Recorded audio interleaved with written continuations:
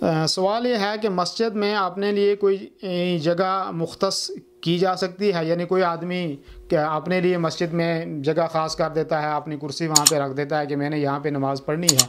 और ऐसा करते हैं अक्सर व बेशतर लोग। बाज़ हाजी साहब और बड़े आलिम साहब क्या करते हैं कि वहाँ पे कोई ख़ास जगह मुतय्यन कर देते हैं और उसमें वहाँ किसी को नमाज़ पढ़ने नहीं देते। लेकिन इसकी दो सूरतें हो सकती हैं। एक सूरत जो जायज़ सूरत है वो ये है कि एक आदमी जुमा के लिए या वैसे मस्जिद में आया और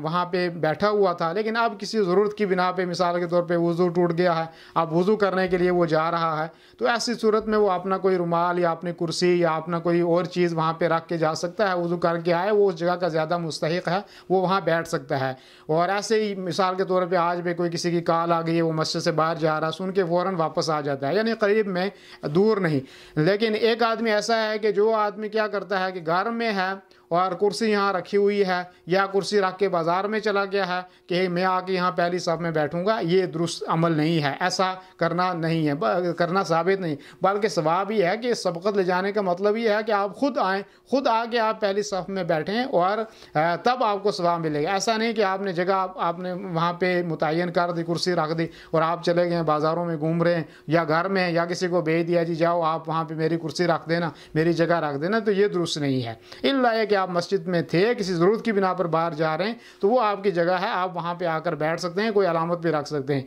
लेकिन इसके अलावा ऐसा करना दुरुस्त नहीं है।